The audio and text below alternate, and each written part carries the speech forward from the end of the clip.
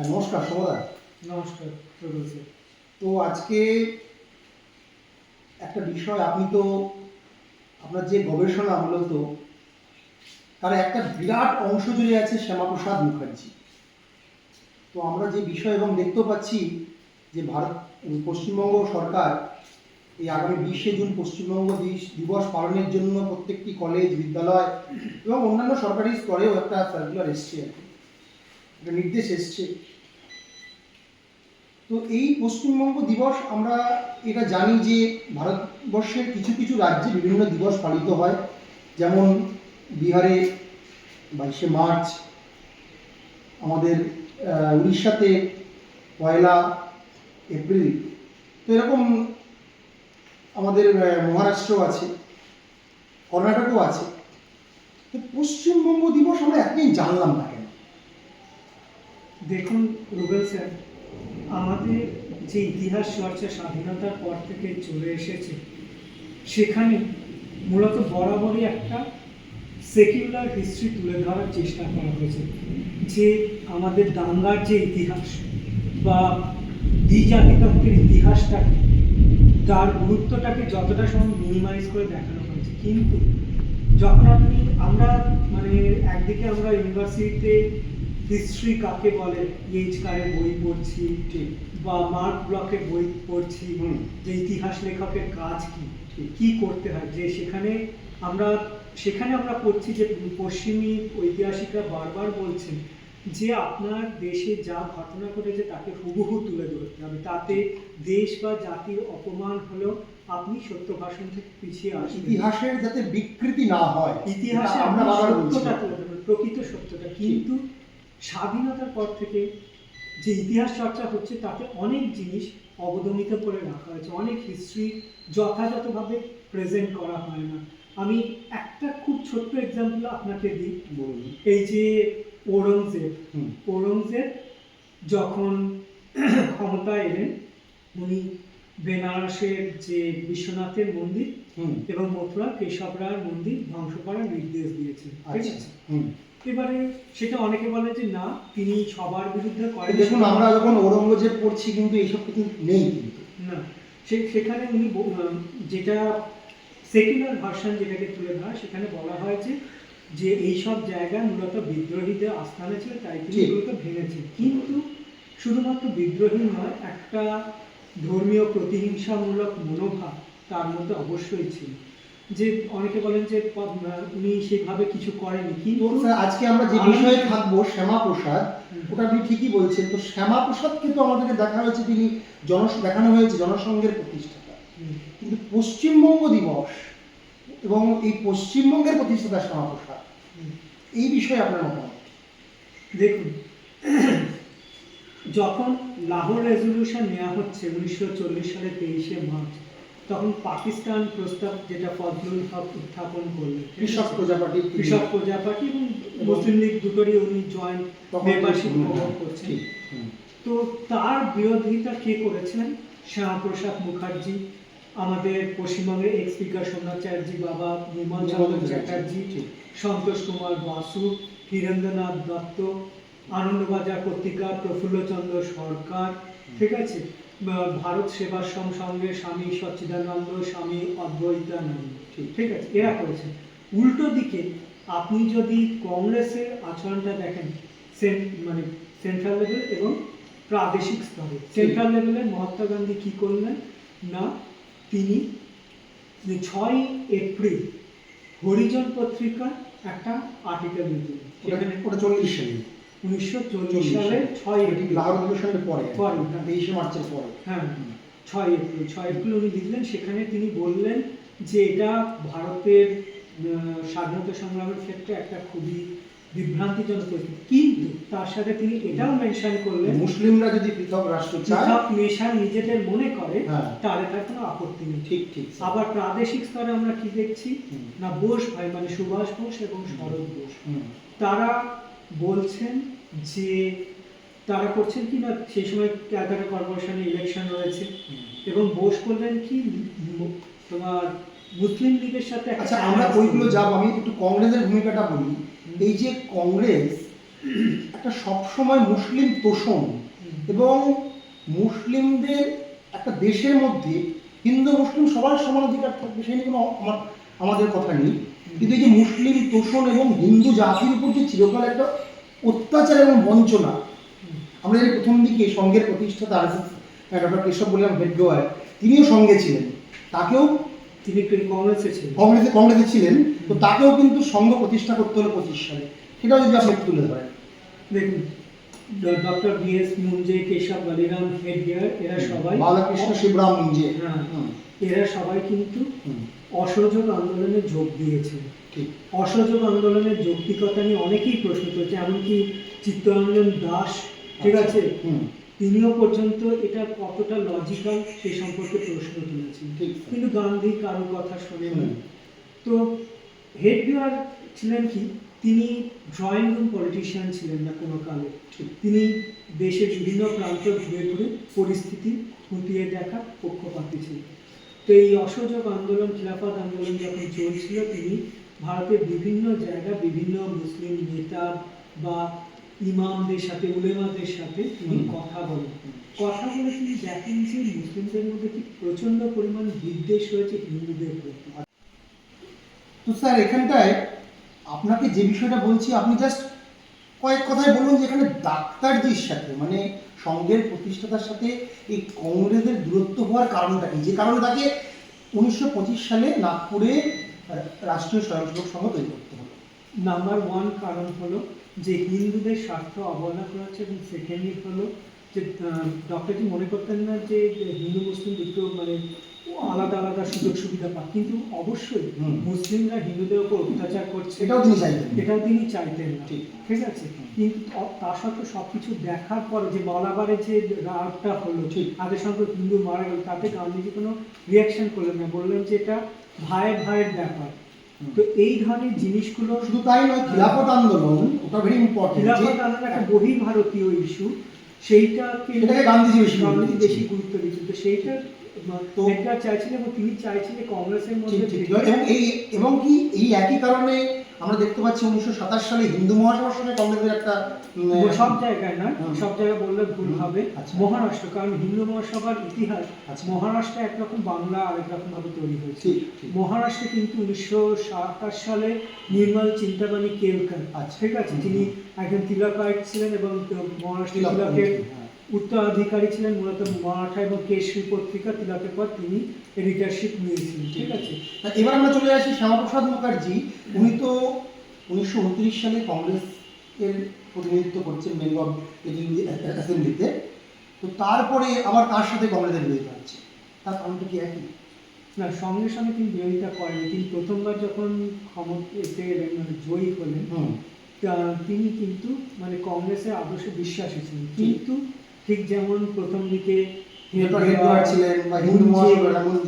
ছিলেন, তিলক তো নিজেও প্রথম কংগ্রেসেরই সদস্য ছিলেন, হ্যাঁ।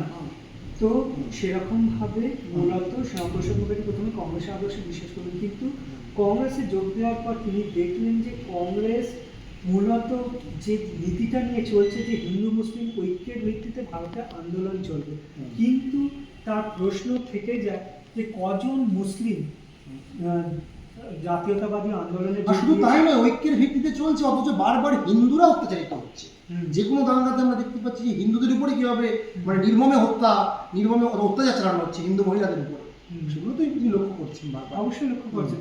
তিনি এটা অস্বীকার করেন যে কিছু মুসলিম জাতীয়তাবাদী মুসলিম অবশ্যই ছিলেন, এবং বিপ্লবী আন্দোলনে বেশ কিছু মুসলিম প্রাণও দিয়েছেন। আমরা বর্তমানেও দেখেছি এপিজে আব্দুল কালাম আছে, এবং সাম্প্রতিক কাজী মাসুম আক্তার আছে, তো জাতীয়তাবাদী থাকলেই অবশ্যই, কিন্তু সংখ্যাগরিষ্ঠতা যদি আমরা বিচার করি, সেখানে কিন্তু দাঁড়িপাল্লাটা সমান থাকছে। তো এবার তাহলে এই শ্যামাপ্রসাদ মুখার্জি, আমরা যে অখণ্ড ভারতের কথা বলি, যেখানে আরএসএস অখণ্ড হিন্দুস্থান বা অখণ্ড ভারত যাই বলি না কেন, তো সেই জায়গায় কোন পরিস্থিতি দাঁড়িয়ে তাকে পশ্চিমবঙ্গ ভাগের সিদ্ধান্ত নিতে হলো, এটা যদি আলোচনা করেন। আমি আপনাকে একটা কথা প্রথমেই এখানে বলি, পশ্চিমবঙ্গ রাজ্য কখনোই 1946 সালে 16ই আগস্ট আগে কারোর মাথাতে আসেনি। আচ্ছা, ঠিক আছে। এমনকি আপনি শ্যামাপ্রসাদ মুখার্জি বলুন, নির্মল চন্দ্র চ্যাটার্জির কথা বলুন, হুম। যার কথাই ধরে নিন, কিন্তু ওদের মাথায় না হলেও তো আমরা যে কেমব্রিজের চৌধুরী রহমত আলী চৌধুরী তো পাকিস্তানের মধ্যে তো তখন এই অংশটা ঢোকাচ্ছে তো। হ্যাঁ, তখন পুরোপুরি ব্লু প্রিন্ট হয়তো তৈরি করেনি। 1933 সালে ব্লুপ্রিন্ট তৈরি হয়ে গেছে মোটামুটি পাকিস্তানের। যে বিষয়টা আছে যে পাকিস্তান বলতে পিতে পাঞ্জাব, এতে আফগানিস্তান, এতে আফগানিস্তান, কেতে কাশ্মীর এবং আপনারা এসতে ঠিকই সিন্ধু, হ্যাঁ। আর তার বেলুচিস্তানের তার নিয়ে আছে পাকিস্তান। হ্যাঁ, আপনারা ঠিকই বলেছেন, কিন্তু তার সাথে যে উত্তর পূর্ব ভাগ মানে শুধুমাত্র বাংলার কথা বলছেন না। এই যে আচ্ছা। শিলহেড, যেটা আগে আসামে ছিল, সিলেট, হ্যাঁ সেটা কিন্তু পূর্ববঙ্গে গেছে গণভোটের মাধ্যমে। ঠিক। বা এরা আবার চাইছিল বিহারের ভাগলপুর, আচ্ছা, পুরুলিয়ার মানভূম, ঠিক আছে, এগুলো কিন্তু ঢোকানোর কথা বলেছিল, যদি সেগুলো গণভোটে যায়নি, একমাত্র সিলহেডটাই চলে গেছে, ঠিক আছে। তো এই যে কিন্তু 1940 সালে 23শে মার্চ যে রেজলিউশনটা নেওয়া হলো, না পাকিস্তান তার আগে আপনি যদি একটু বলেন যে 1935 সালে যে government of India Government of এবং India তারপরে যে জেনারেল ইলেকশন হলো 1937, তারপর থেকে কি এমন ঘটনা ঘটছে যে মুসলিম লীগ আর কৃষক প্রজা পার্টি কোয়ালিশন মিনিস্ট্রি তো গঠন করছে। তো সে জায়গায় দাঁড়িয়ে আপনি বললেন 37 সালের আগে পর্যন্ত অন্তত শ্যামাপ্রসাদ মুখার্জিদের মতো যারা দেশপ্রেমী মানুষ তাদের কাছে দেশভাগের কথা মাথায় আসে। 37 কোথায়, আমি বললাম 46। 46-এর আগে, 46 মানে অতদূর পর্যন্ত, ঠিক। তো 37 থেকে 46 পর্যন্ত কি এমন ঘটছে তারা তারপরে এই সিদ্ধান্ত নিতে পারে? দেখুন, 35 সালে যে গভর্নমেন্ট অফ ইন্ডিয়া অ্যাক্ট, তার মূল ভিত্তি ছিল 1932 সালে ঠিক। সাম্প্রদায়িক বাটোয়ারা, কমিউনাল অ্যাওয়ার্ড, যেটাকে বলে Communal ব্রিটিশ award, হ্যাঁ। প্রধানমন্ত্রী রামসে ম্যাকডোনাল্ড এই কমিউনাল অ্যাওয়ার্ডটা অফার করলেন। এতে কি বলা হচ্ছে না, বিভিন্ন কমিউনিটি, যেমন মুসলিমরা তাদের মুসলিম প্রতিনিধিকে নির্বাচিত করবেন, শিডিউল কাস্টের প্রতিনিধিকে নির্বাচিত করবেন, শিখদের প্রতিনিধিকে নির্বাচিত করবেন, যার এগেনস্টে মহাত্মা গান্ধী অনশন শুরু করলেন এবং আম্বেদকরের সাথে পুনা প্যাক্ট সাইন করলেন যে এটা ভাগ হবে না, কাস্ট হিন্দু এবং শিডিউল কাস্টরা একসাথে ইলেকশনে লড়বে, ঠিক আছে। কিন্তু হয়েছিল, কিন্তু তারপরেও নানা রকম সমস্যা ছিল, সেটা অন্যদিকে, সেটার মধ্যে ঢুকলে আরও আলোচনাটা দীর্ঘায়িত হবে। তো যেটা হচ্ছে যে মুসলিমদের এটা হওয়ার ফলে কি হচ্ছে, 1937 সালে বাংলায় যে জেনারেল ইলেকশনটা হচ্ছে, তাতে কৃষক প্রজা পার্টি ফজলুল হক এবং মুসলিম লীগ যৌথ মন্ত্রিসভা গঠন করছে, সংখ্যাগরিষ্ঠতা পাচ্ছে। কারণ আমরা তখন অখণ্ড যে বাংলা, সেখানে তো প্রায় 53 থেকে 55% আমরা যদি দেখি আর কি জনগণনা অনুযায়ী মুসলমান সংখ্যাগরিষ্ঠতা, এবং তারা যে 119টি আসন মতো পাচ্ছে, তারা এই মন্ত্রিসভা গঠন করলো। তো এবারে এই যে মন্ত্রিসভা গঠন হচ্ছে, এরা আসার পরে কিছু কিছু এমন অ্যাক্ট নেয়, যেমন money lenders act, land holders act, বা Calcutta corporation amendment act, primary education bill, এই যে অ্যাক্টগুলো নিচ্ছেন, এই অ্যাক্টগুলো, হ্যাঁ অবশ্যই আমি কখনোই বলবো না যে কৃষকদের ওপর অত্যাচার করা হোক বা মহাজন কৃষকদের জমি অন্যায়ভাবে, কিন্তু আমার তার সাথে একটা কথা বলা আছে।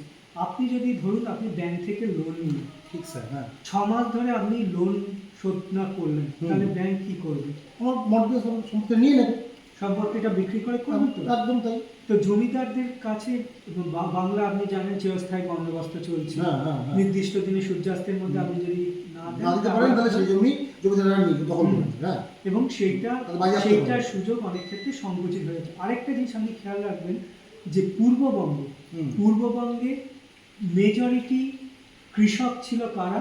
মুসলিম, আচ্ছা, আর কিছুটা পরিমাণে ছিল শিডিউল কাস্ট। আপনি যদি বলেন যে সেই সময় আমাদের ক্লাস স্ট্রাগল বলে কিছু ছিল, ভুল বলবেন। ক্লাস স্ট্রাগল অবশ্যই সংগ্রাম তখন থেকে শুরু হয়েছে, শ্রেণী সংগ্রাম অবশ্যই ছিল, ঠিক আছে, ওই টিভিটা আমরা পরে জমিদার কৃষক, মহাজন কৃষক, শিল্পপতি, শ্রমিক সংঘাত অবশ্যই ছিল। হ্যাঁ, আর আমি দেখলাম যে তখন যে বিভিন্ন দলের জন্য যে আসন, শ্রমিকদের জন্য কিন্তু 5টি না 7টি আসন সেখানে ছিল। আর একটা জিনিস আপনি দেখবেন, এই যে মুসলিম এবং শিডিউল কাস্ট কৃষকরা ঐক্যবদ্ধ হচ্ছে, কিন্তু ধর্মের ভিত্তিতে না, সাধারণ শ্রেণী শত্রুর বিরুদ্ধে, জমিদার। আচ্ছা, তো যার ফলে শ্যামাপ্রসাদ মুখার্জি বলছেন, যেখানে 35 সালে যে গভর্নমেন্ট অফ ইন্ডিয়া বা কমিউনাল অ্যাওয়ার্ডের পর থেকে বাংলার রাজনীতি, বাংলা পাঞ্জাবের রাজনীতি এতটা উত্তপ্ত হয়ে আছে, সেখানে এই ধরনের অ্যাক্ট পাস করার ফলে কি হলো, জমিদারদের আরো বেশি পরিমাণে কৃষক এবং হিন্দু জমিদাররা এবং মুসলমানদের মধ্যে ক্লাস আরো বেড়ে গেল, উচ্চ বর্ণের সাথে নিম্ন বর্ণের হিন্দুদের ক্লাসটা আরো বেড়ে গেল, একটা পুরো অরাজক পরিস্থিতি আর কি। হ্যাঁ, তো সেইটা উনি বাধা কিন্তু স্বাভাবিকভাবে তিনি একা, ঠিক যখনই কাউকে আওয়াজ তুলতে হয় ভিড়ের বিরুদ্ধে একজনকে দাঁড়াতে হয়, ঠিক ঠিক ঠিক আছে। হুম। তো তিনি সুভাষচন্দ্রের কাছাকাছি, তিনি সুভাষচন্দ্র তার সেকুলার ইমেজ যদি নষ্ট না হয় হুম, হুম। তাই জন্য তিনি কিন্তু এটা কোনো তো ঠিক আছে, সেটা তো দীর্ঘ ইতিহাস। তারপরে আপনি বললেন 40 সাল, আমরা চলে আসি 40 সাল। 23শে মার্চ মুসলিম লীগের লাহোর অধিবেশন। অত ডিটেলে না গিয়ে আমরা যদি আরো সংক্ষেপে বিষয়টাকে নিয়ে যাই, আচ্ছা আমরা যদি যাই 1941 সাল, হুম এই যে এত কথা শ্যামাপ্রসাদ মুখার্জি বলছেন যে করছেন, কিন্তু আশ্চর্যজনকভাবে শ্যামাপ্রসাদ মুখার্জি নিজে হুম 1941 সালের 12ই ডিসেম্বর আচ্ছা। যে কোয়ালিশন মিনিস্ট্রি ফর্ম করছে, প্রোগ্রেসিভ প্রোগ্রেসিভ কোয়ালিশন মিনিস্ট্রি ঠিক। ফর্ম করছে, তাতে কিন্তু ফাইন্যান্স মিনিস্টার হিসেবে জয়েন করছে। আচ্ছা সাহেব কেন? হুম কেন আপনি বলেন কেন? হুম। ফজলুল হকের সাথে কিসের জন্য? হ্যাঁ মুসলিম জোট, হ্যাঁ হ্যাঁ উত্তরটা হলো হুম। যে এখানে ফজলুল হকেরও স্বার্থ ছিল, শ্যামাপ্রসাদ মুখার্জিরও স্বার্থ ছিল। শ্যামাপ্রসাদ মুখার্জি যত বড় মনীষী হোক না কেন, হুম। প্রত্যেকে কিন্তু স্বার্থ থাকে, ঠিক ঠিক তবে তার স্বার্থটা ছিল একটু অন্য লেভেলে, ব্যক্তিগত স্বার্থ নয়, ব্যক্তিগত নেশন ফার্স্ট, নেশন। দেশের জন্য। হ্যাঁ, কি সেই স্বার্থ? সেটা বলুন। নাম্বার 1 ছিল যে বাংলার হিন্দুদের ওপর জাতীয় কংগ্রেসের প্রভাবটাকে খর্ব করা। ঠিক। আর কারণ নাম্বার কারণ জাতীয়, তার কারণটা কি? কারণ জাতীয় কংগ্রেস তো সবসময় মিসলিড করছে হিন্দুদের, আর এদিকে মুসলিমদের তোষণ করছে, তার জন্য এটা করতেই হতো। আর সেকেন্ড ছিল যে জিন্না যেটা চাইছে, জিন্নার নেতৃত্বে মুসলিম লীগ যেটা চাইছে যে বাংলাকে পাকিস্তানের সাথে যুক্ত করা, ঠিক। সেই প্রচেষ্টাকে বানচাল করা। দুই মহৎ উদ্যোগ, দুই প্রচেষ্টা তো মহৎ প্রচেষ্টা। আবার ফজলুল হকের ফজলুল হকের উদ্দেশ্য কি ছিল না, ফজলুল হক হয়তো মুসলিম ছিলেন, কিন্তু কিছু কিছু মুসলিম, আমি প্রথমেই বললাম যে ভালো ছিল এবং তিনি যারা মানতে হিন্দু পারেন। মুসলিম ঐক্যের কথা বলতেন। উনি করলেন কি, অনেক আপনি জানেন যে তিনি হয়তো লাহোর রেজলিউশন উত্থাপন করেছেন, কিন্তু সেটা নিয়ে ঠিক ডিবেট, তিনি ফরওয়ার্ড করেছিলেন না, কিন্তু সেটা নিয়ে ডিবেট আছে, ঠিক, ঠিক, তিনি ঠিক। স্বেচ্ছায় করেছিলেন না, নাকি তিনি চাপে জিন্নার করেছিলেন। চাপে যেহেতু করেছিলেন। কোয়ালিশন মিনিস্ট্রি ছিল। হুম। তো স্যার আপনি এই জায়গাটাতে এক্স্যাক্টলি বলুন যে একটা ঘটনা ঘটেছিল, শুনতে পাই আমরা ঢাকার ঠিক জায়গাটার নামটা কি? ঢাকার বাজার এরিয়ায় 1941 যে ঘটনার পরে ফজলুল হক মনে হয় বাধ্য হলেন যে ওখান থেকে বেরিয়ে হ্যাঁ। আসতে। ঘটনা বলুন একটু আপনি। উনি মূলত মন্ত্রিসভার পর লীগের এই খবরদারি উনি সহ্য করছিলেন না। ঠিক। এই লীগের চাপের ফলে 1941 সালের 14ই মার্চ ঢাকার শাকের বাজার এরিয়ায় হুম। একটা দাঙ্গা হয়। কিসের জন্য দাঙ্গা? কয়েকটা ছোট ছোট বাচ্চা রং খেলতে গিয়ে একজন মুসলিম দোল যাত্রার দিন, হ্যাঁ, দোল পূর্ণিমার দিন। দোল পূর্ণিমার দিন হুম। মুসলিম মহিলার গায়ে রং দিয়েছিল, ঠিক যার ফলে মূলত এক সপ্তাহের মধ্যে 2600 নিহত 26 জন এবং 150 জন আহত আহত হয়েছে। হয়েছে। এটা সরকারি হিসাব। সরকারি হিসাব। বেসরকারি হিসাব পেলে হয়তো আরো, যেমন রেড ক্যালকাটা কিলিং আমরা পরে আসছি, সেখানেও এরকম নানান হ্যাঁ, ডিবেট আছে কিন্তু আর কি, হ্যাঁ। জানেন সেই সময় সেকেন্ড ওয়ার্ল্ড ওয়ার চলছে, ঠিক British Sarkar defence of India act প্রয়োগ করে যে কোনো রকম দাঙ্গার খবর প্রকাশ বন্ধ করে দিল, ঠিক ঠিক। যার ফলে বেসরকারি খবর আমরা এক্সাক্ট ফিগারটা বা এক্সাক্ট যে মানে যে নাম্বারটা সেটা আমরা পাচ্ছি না। ঠিক আমরা কত? শুধু সরকার যেটা বলছে বলছে সেটাই আমরা মানছি। জানছি। তো স্বাভাবিকভাবে ফজলুল হক এইটার কারণে, মানে এটা যেহেতু তিনি কোনো স্টেপ নিতে পারেনি, নিজের দলের মধ্যে সমালোচিত হলেন। তারই সহকর্মী, একদা সহকর্মী ঠিক। শামসুদ্দিন আহমেদ, শামসুদ্দিন আহমেদ, হ্যাঁ। শামসুদ্দিন আহমেদ তার দ্বারা ঘোষিত হচ্ছে। তিনি বেঙ্গল লেজিসলেটিভ আচ্ছা, অ্যাসেম্বলি, এই বিষয়ে প্রমাণ আছে যে তিনি বেঙ্গল লেজিসলেটিভ অ্যাসেম্বলিতে কিছু বলছেন? অবশ্যই আছে। আচ্ছা। বেঙ্গল লেজিসলেটিভ অ্যাসেম্বলি আপনি যদি প্রসিডিংসটা দেখেন, আচ্ছা। আপনার ওয়েস্ট বেঙ্গল স্টেট আর্কাইভসে এই প্রসিডিংসটা পাবেন। আচ্ছা, তো সেখানে দেখুন তাহলে দোলযাত্রার মতো ঘটনা এখনো ঘটছে। আমরা সম্প্রতি দিল্লিতে দেখলাম তরুণ কুমার 26 বছরের যুবককে এই সামান্য একটা ঘটনাকে কেন্দ্র করে দোলযাত্রা রংপুরা আজকের দিনও কিন্তু তাকে পিটিয়ে মেরে ফেলা হলো। এবং আমি দেখি এখনো ঘটে সে ঘটনা, আমি বিস্তৃত এখানে আসছি না। তো এইবার আপনি শুধু বলুন এই প্রোগ্রেসিভ কোয়ালিশন মিনিস্ট্রিটা কেন আর সাস্টেইন করছে? দেখুন, এই প্রোগ্রেসিভ কোয়ালিশন মিনিস্ট্রিটা যদি ঠিকঠাক মতো কাজ করতো, তাহলে 46-এর দাঙ্গা বা পশ্চিমবঙ্গ রাজ্যের হাতে প্রয়োজন করতো না। হ্যাঁ, কিন্তু যে কোনো ভালো কাজ আপনি করতে যাবেন, মানুষ বাধা দেবে না, কখনো হয় না। ঠিক। প্রবলেম কোথা থেকে শুরু হলো? যখন ক্রিপস মিশন, ক্রিপস ভারতে এসেছিলেন 22শে মার্চ, এপ্রিল পর্যন্ত কাজ করেছিলেন। তো সেই ক্রিপস মিশন ব্যর্থ হয়েছিল শেষ পর্যন্ত, কারণ তার প্রস্তাব কংগ্রেস মুসলিম লীগ কারোর কাছে গ্রহণযোগ্য হয়নি। আর সেকেন্ড হলো ভারত ছাড়ো আন্দোলন 9ই অগস্ট 1942 সালে শুরু হচ্ছে। তারপর থেকে আবার বাংলার রাজনীতি জটিল হতে আরম্ভ করলো। কেন না, কলকাতার ধনী ব্যবসায়ী কাজী নিজামুদ্দিন, হাসিম সাহেব, সোহরাওয়ার্দী, এরা করলো কি, মূলত এদের নেতৃত্বে মুসলিম লীগ বাংলা গ্রামাঞ্চলে বিশেষ করে পাকিস্তানের বার্তা ছড়িয়ে দিতে পারে। এবং একটা প্রোপাগান্ডা ছড়াতে লাগলো যে কৃষক নেতা ফজলুল হক এই মুখার্জির ছেলে শ্যামাপ্রসাদের সাথে জোর করেছে, তাকে দালাল রাজত্ব হয়ে গেছে, দালাল হয়ে গেছে এবং Exactly তাই। মুসলিমদের স্বার্থের প্রতি বিশ্বাসঘাতকতা। এমনকি কৃষক প্রজা পার্টি এমএলএরাও বলছে হুম। যে মূলত শ্যামাপ্রসাদ মুখার্জি, সন্তোষ কুমার বাসু এরা করছেন কি এয়ার রেড প্রিকশন, তখন ঠিক যেহেতু ঠিক ঠিক ঠিক দ্বিতীয় ঠিক বিশ্বযুদ্ধ ঠিক চলছে, তো আমরা সে বিষয়ে যাবো না। সেই নিজের দলের চাপে এবং এই বহিরাগত চাপে ফজলুল হক পদত্যাগ করছে এবং শ্যামাপ্রসাদ শ্যামপ্রসাদ মুখার্জি মুখার্জিও আলাদা পদত্যাগ করছেন। হ্যাঁ। পদত্যাগ করছে। তারপরে ক্ষমতার রাশ তারপরে- চলে গেল পুরো মুসলিম লীগের হাতে হ্যাঁ। এবং সেখানে যোগেন তারপর মন্ডল, হ্যাঁ থেকে যোগেন মন্ডলের সাপোর্ট নিয়ে করলেন এবং হ্যাঁ। তারপর থেকে 43 থেকে 46 বাংলার কমিউনাল পরিস্থিতি ক্রমশ খারাপ হয়েছে, ভালো ঠিক, আর ঠিক, ঠিক, হয়নি। ঠিক। তারপরে আমরা মেইন পয়েন্টে চলে আসি, ক্যাবিনেট- 46 সাল ক্যাবিনেট মিশন, ঠিক, মার্চ ঠিক, ঠিক। 1946 ক্যাবিনেট মিশন ভারতে ক্ষমতা হস্তান্তর প্রক্রিয়া নিয়ে আলোচনা শুরু করলো। হুম।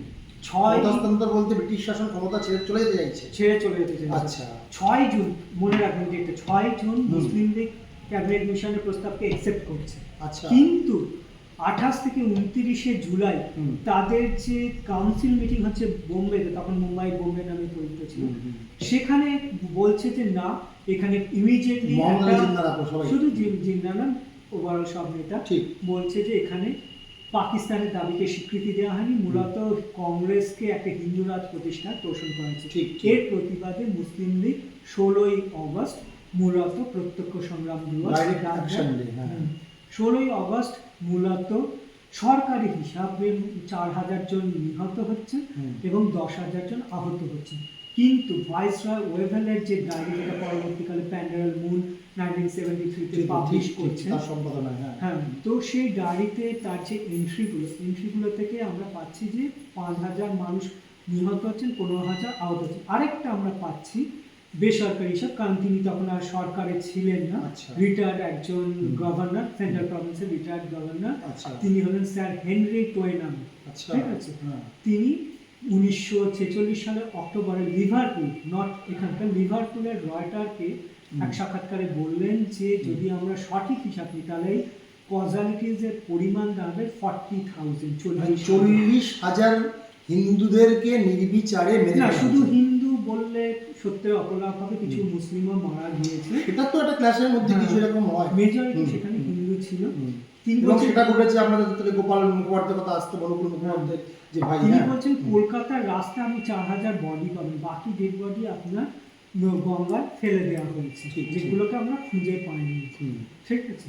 তো এরপর থেকে কিন্তু শ্যামাপ্রসাদ মুখার্জি, যিনি এতদিন অখণ্ড ভারতের কথা বলে আসছেন ঠিক, যে ঠিক। কখনোই বাংলা বিভাজন করা যাবে যাবে না, না, ঠিক। বাংলা ভারতের অবিচ্ছেদ্য অঙ্গ, হুম। তিনি নির্মলচন্দ্র চ্যাটার্জি এবং অন্যান্য সবাই, সবাই মানে কংগ্রেসের যারা আছে বা কংগ্রেসের সুরেন্দ্রমোহন ঘোষ, এরা কিন্তু বাংলা বিভাজন চাইলেন, পশ্চিমবঙ্গ একটা রাজ্য চাইলেন। হুম। ঠিক আছে। মানে এবং পশ্চিমবঙ্গ একটা পৃথক রাজ্য, এই যাকে সময় হিন্দু থেকে হোমল্যান্ড বলছি আমি আর কি। এই সময় থেকে শুরু তো হিন্দু হোমল্যান্ডের ব্লুপ্রিন্ট তৈরি হলো আস্তে আস্তে অনেকগুলো ব্লুপ্রিন্টটা অরিজিনালি আপনি যদি বলেন তাহলে 4 এপ্রিল 1947 আমাদের এখানে তারকেশ্বর আচ্ছা। অধিবেশনে। তারকেশ্বর অধিবেশন আমরা জানি, দ্বাদশতম হিন্দু মহাসভার অধিবেশন। এটা শুধুমাত্র হিন্দু মহাসভা অধিবেশন বললে ভুল হবে, এটা একটা হিন্দু কনফারেন্স বললে better হয়, কারণ এখানে শুধু হিন্দু মহাসভা নয়, আপনি দেখবেন হিন্দু মিশন, হিন্দু এবং যদুনাথ সরকারের মতো ঐতিহাসিকরা যৌথ উদ্যোগে কেন কংগ্রেস রাধামোহন এবং- মুখার্জি, হুম। তার কথা আপনি বলছেন এখানে, তিনিও ঠিক, ছিলেন। সবাই মানে যৌথভাবে তখন মানে প্রায় সারা ভারতবর্ষে তখন 76টি এরকম সভা হয়েছিল। হুম। ভারতবর্ষ নয়, সমগ্র বাংলায় আর কি 76টি সভা, যেখান থেকে একটাই দাবি উঠছে যে এই হিন্দুদের একটা আলাদা বাসস্থান দরকার, হিন্দু হোমল্যান্ড দরকার। এমনকি এই- অমৃতবাজার পত্রিকা পর্যন্ত একটা গ্যালুপ পোল সংগঠিত করছে আচ্ছা। 23 মার্চ, একই ডেটে যে ডেটে পাকিস্তান 47 রেজলিউশন নিয়েছে। হ্যাঁ, আচ্ছা, 23 তার মার্চ। রেজাল্ট এটা বেরোচ্ছে 1940 সালের 23 মার্চ লাহোরে একদিকে যেমন পাকিস্তান রেজলিউশন নেওয়া হচ্ছে, এখানে আবার একটা হিন্দু হোমল্যান্ড চাই কিনা অমৃতবাজার পত্রিকা জনমত চাইছে। হ্যাঁ, এবং সেই সমীক্ষা। রেজাল্ট রেজাল্ট পাবলিশ হচ্ছে 23 এপ্রিল। আচ্ছা। সেখানে দেখা যাচ্ছে প্রায় 98.6%, 98 বা 97.6%, না, মানে যাই হোক, মানে আমরা মেজরিটি, মানে একদম হ্যাঁ। Highest majority. বাঙালি হিন্দুরা হিন্দু হোমল্যান্ড চাইছে, only 0.6% এর এগেইনস্ট। ঠিক ঠিক ঠিক। এবং তারপরে পশ্চিমবঙ্গ গঠিত হলো। আমরা জানি যে শ্যামাপ্রসাদ মুখার্জি সমস্ত দলিল টলিল ইত্যাদিকে নিয়ে গিয়ে ব্রিটিশ সরকারের কাছে পেশ করলেন, দেখালেন। শুধু তাই নয়, জাতীয় কংগ্রেসের নেতৃত্ব সুরেন্দ্রমোহন ঘোষের অবদান ভুললে চলবে না। ঠিক ঠিক। এবং কেন্দ্রীয় কংগ্রেসের একদল চাইছিল যে- কেন্দ্রীয় স্তরে জওহরলাল নেহেরু, হুম। সর্দার বল্লভ ভাই প্যাটেল, সুচেতা কৃপালিনী, আচার্য কৃপালিনী, এরা কিন্তু সবাই চাইছে বাংলা বিরোধী। মার্চ মাসেই আপনার ঠিক, আচার্য তো কৃপালিনী এই সময় একটা প্রসঙ্গ আমাদের ভুললে হবে না, গ্রেটার বাংলা। আমরা যে আজকে 26-এ নির্বাচন আগে বারবার বলছিলাম না, গ্রেটার বাংলায় বাংলাদেশ করার চক্রান্ত, পশ্চিমবঙ্গে এই চক্রান্ত কখনো আবার প্রবৃদ্ধি কিন্তু চালটা চলেছিল। যে কথা বল্লভভাই প্যাটেল বলছেন, এটা হচ্ছে পাকিস্তানের সাথে যুক্ত করা একটা ষড়যন্ত্র, মহা ষড়যন্ত্র।